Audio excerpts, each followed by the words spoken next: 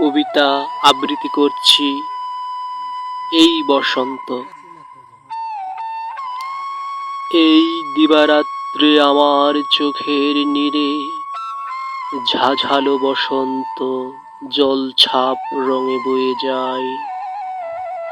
এই শীতের শেষে ফাল্গুনী আগমনে বসন্ত বাতাস যেন বিচ্ছে আমার গায়।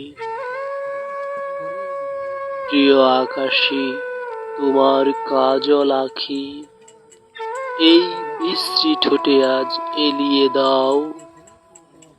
চুম্বন আঁকি যেন তোমার রেশমি মনে, এই ভেবে দূর থেকে হেসে হেসে যাও।